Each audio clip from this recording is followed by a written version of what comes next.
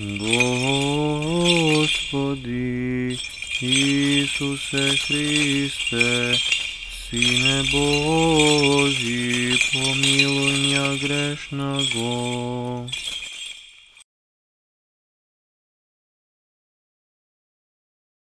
Сина и Светиот Дух. Амин. Возлюбени во Христа Бога, браќа и сестри, нека ние честит празникот на Светиот, честен и животворен крст Господи.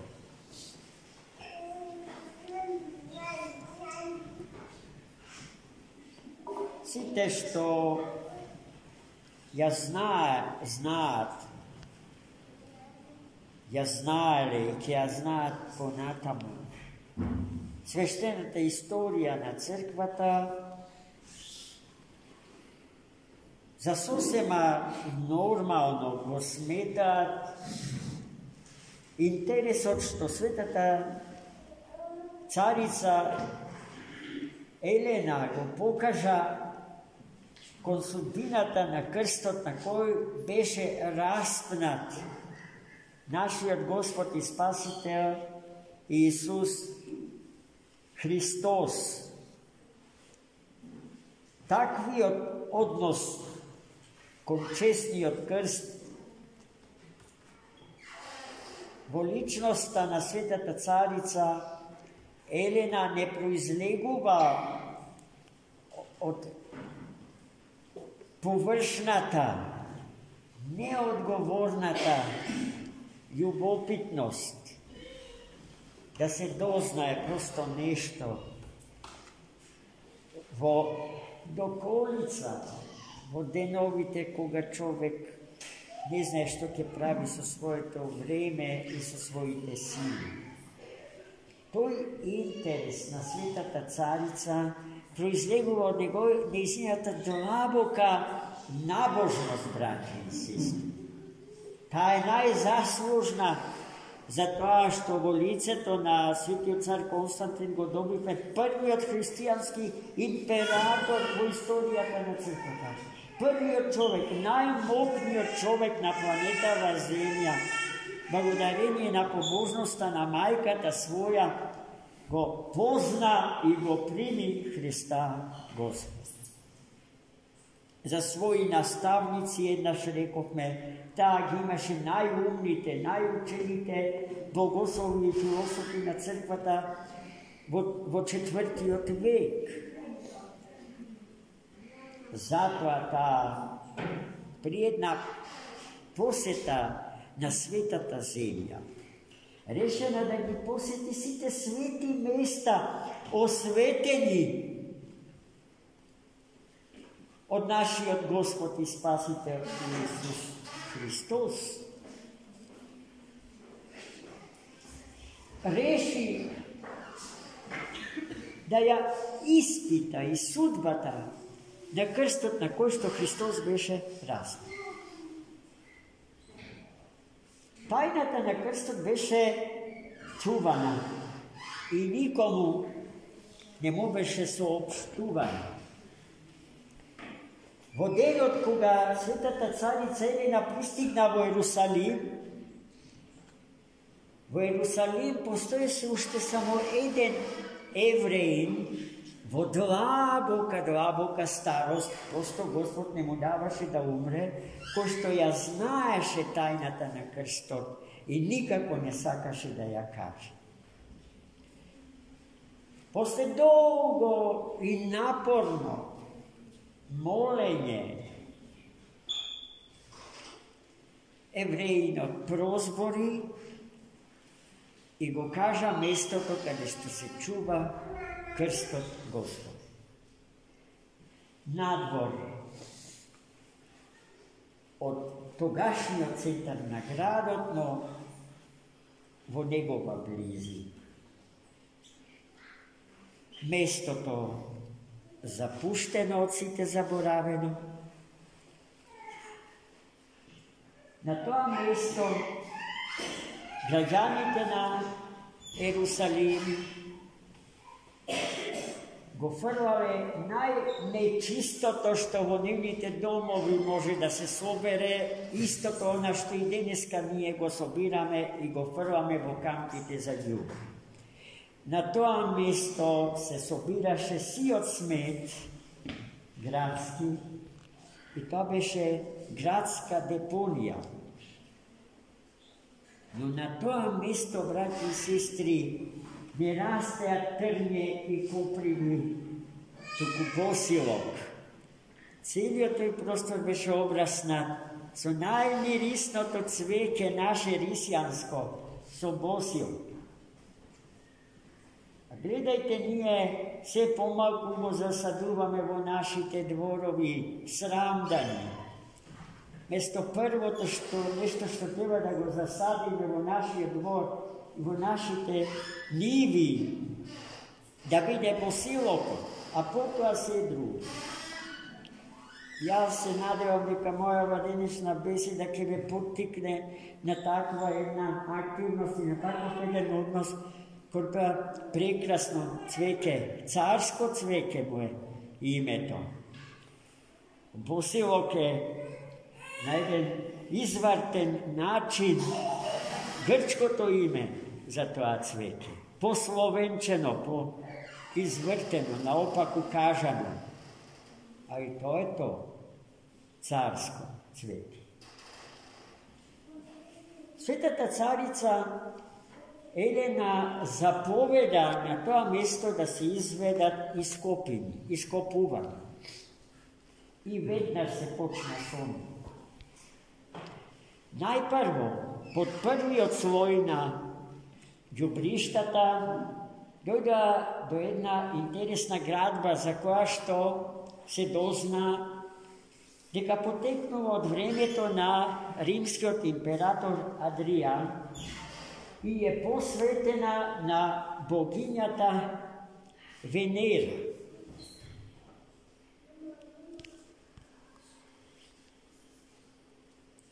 Царицата Елена се разбира, бараше да не се застане тука, бидејќи целта не беше да се пронаоѓа пагански храм, туку крстот Господен.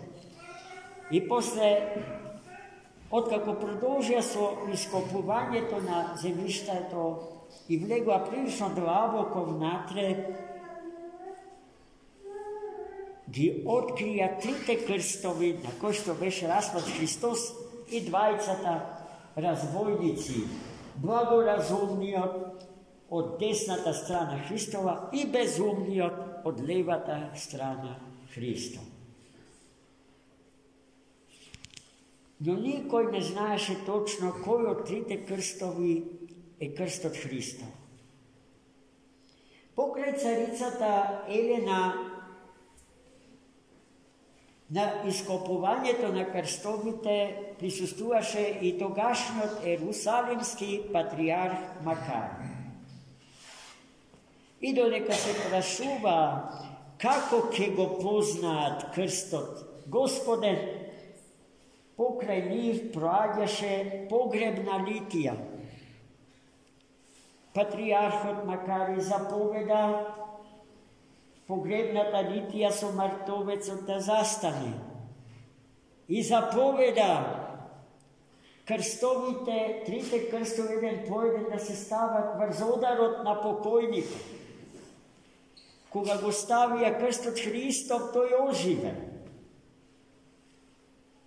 И веднаш потоа тешко болна жена присутна на тоа место, во тоа време, при допирот со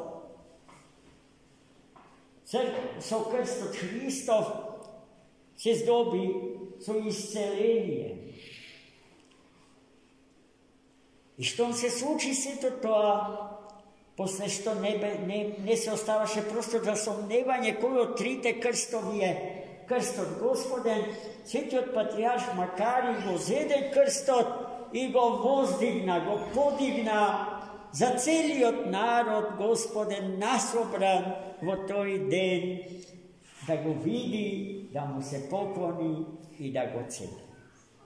Svetata carica Elena pak zapoveda celi od krst, da se stavi vo specijalno izraboten kivot od srebro. Možete da zamislite koliko golem bil toj kivot.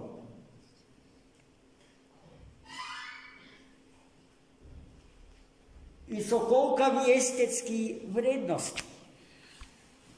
Posle što krstot bio stavljen vo sobornjot Jerusalimski hram.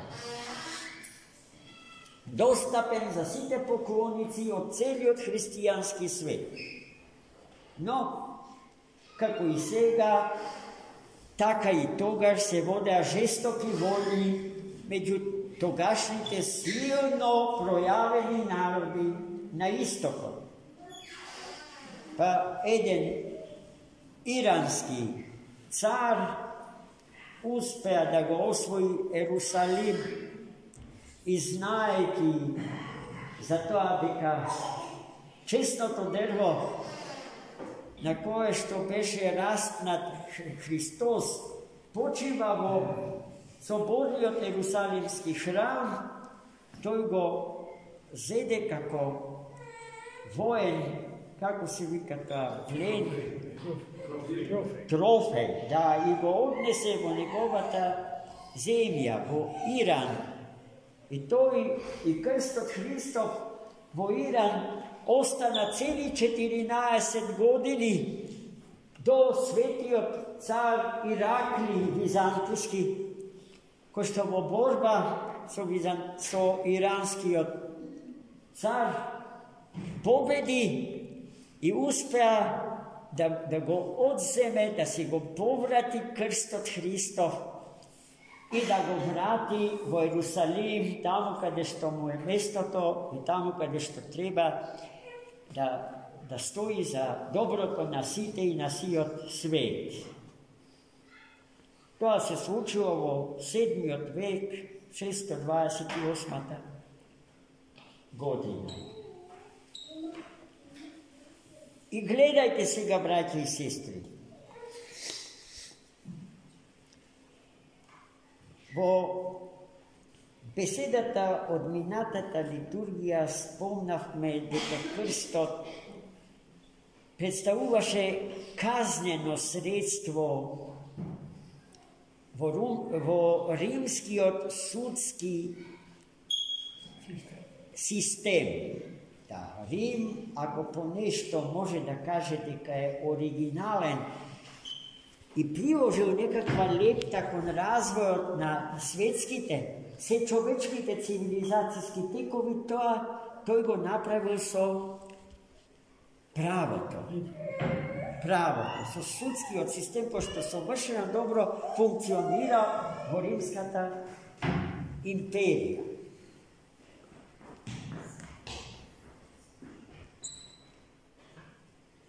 To znači дека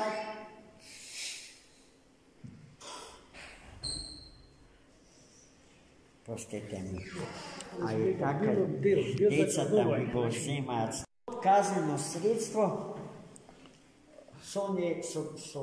so krstot beja kaznjovani najsvirepite zlostornici, ubicite, pljačkašite, onje ko što izvršuva grubi preljubi, na jedan način neprimeren za čovjeka ko što pretendira na nekakva prirodnost i normalnost vo životu. I gledajte, i politički zatvorenici, togaš imao takvi, ko što ima i deneska, neprijatelji na režimot, na imperatorot, uge ko što odbivale da mu služat na imperatorot i da go slavat kako jedno od božestvata instalirano vo rimski od Panteon. I сега carot na slavata, gospodarot na životot i na sve što postoji i na sve što diše, poradi što sve što diše, sve što postoji, всяко je dihanje, postoji za da go slavi i da go hvali svoj Sozdatelj, Hristos.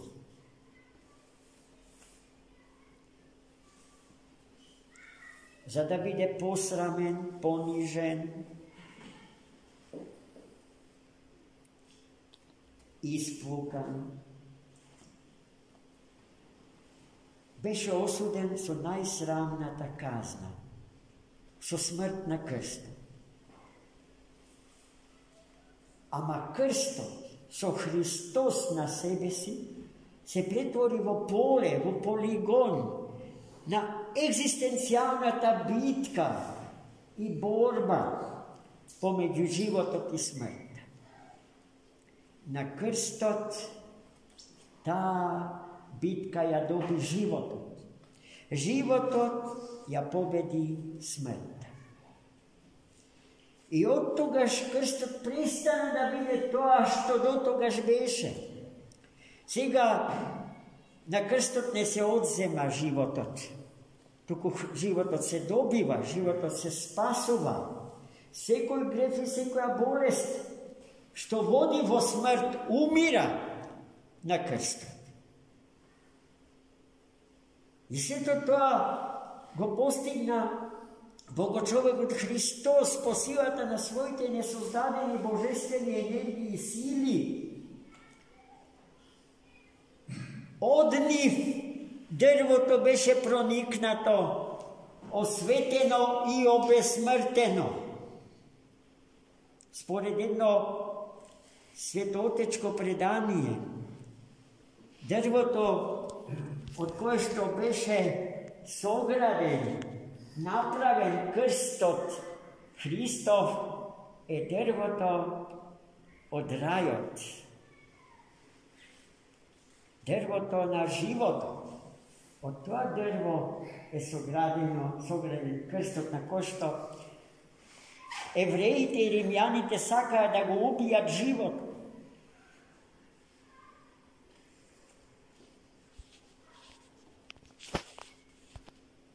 И сега гледајте, браќи и сестри, колку сме ние почестени денеска.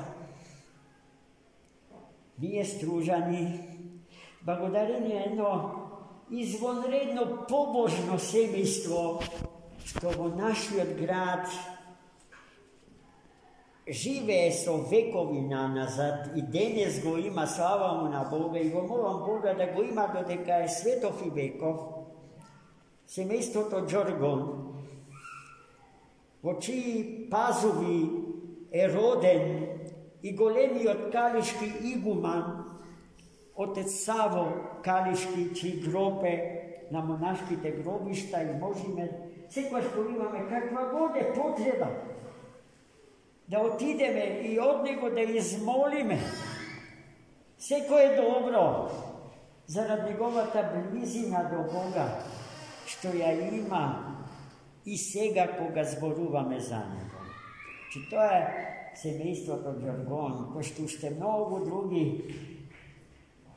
несмртни дела за чување и сочувување на православната философија на живење, православниот стил на живење во нашиот град придонесе, браќи и сестри.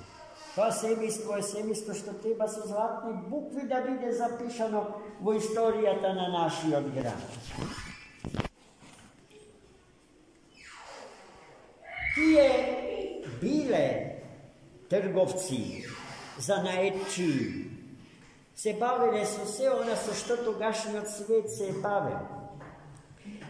Ама во слава Господња се бавеле. Пред се љубовта кон Бога им била, а потоа си друго, кое што може да се стави во служба на љубовта спрема Бога. И нив не ги интересирало да градат замоци и кули на песок, кои што после првите надојдени води се претвораат во ништо. Туку го барале Господа и барале се што е од Бога. Водени од тој порив да му служат на Бога, тие стигнале во Ерусалим и во Ерусалим се удостоиле со една малечка честичка од крстот Господен.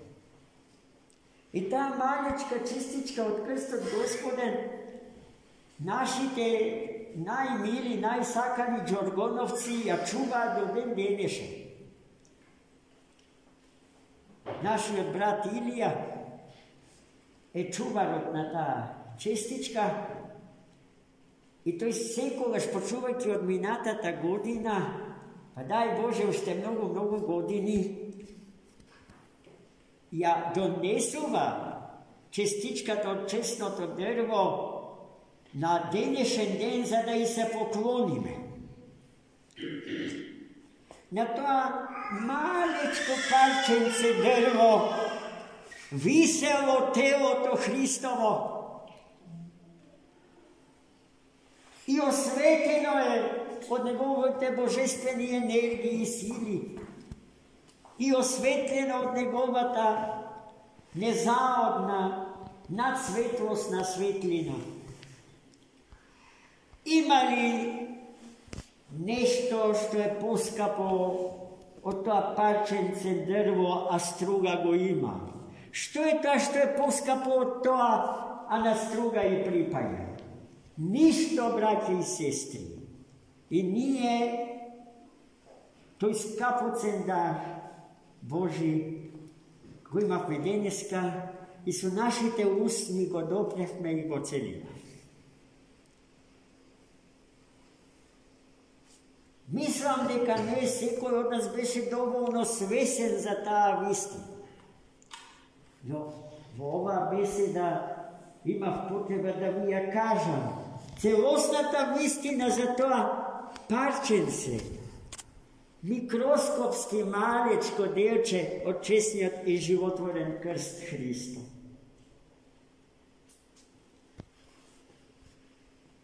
Не е битно сега дали некој свесно или несвесно му пристапил и го целивал тоа несмртно богатство. Но сите сме огреани од топлината на тој крст, осветлени од светлината на крстот, оснажени од енергиите и силите што тоа малечко парченце го зрачи и ни го дава.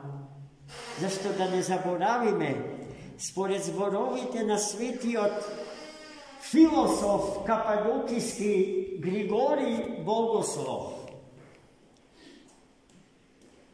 доволно беше само една капка крв од крвта Христова што протече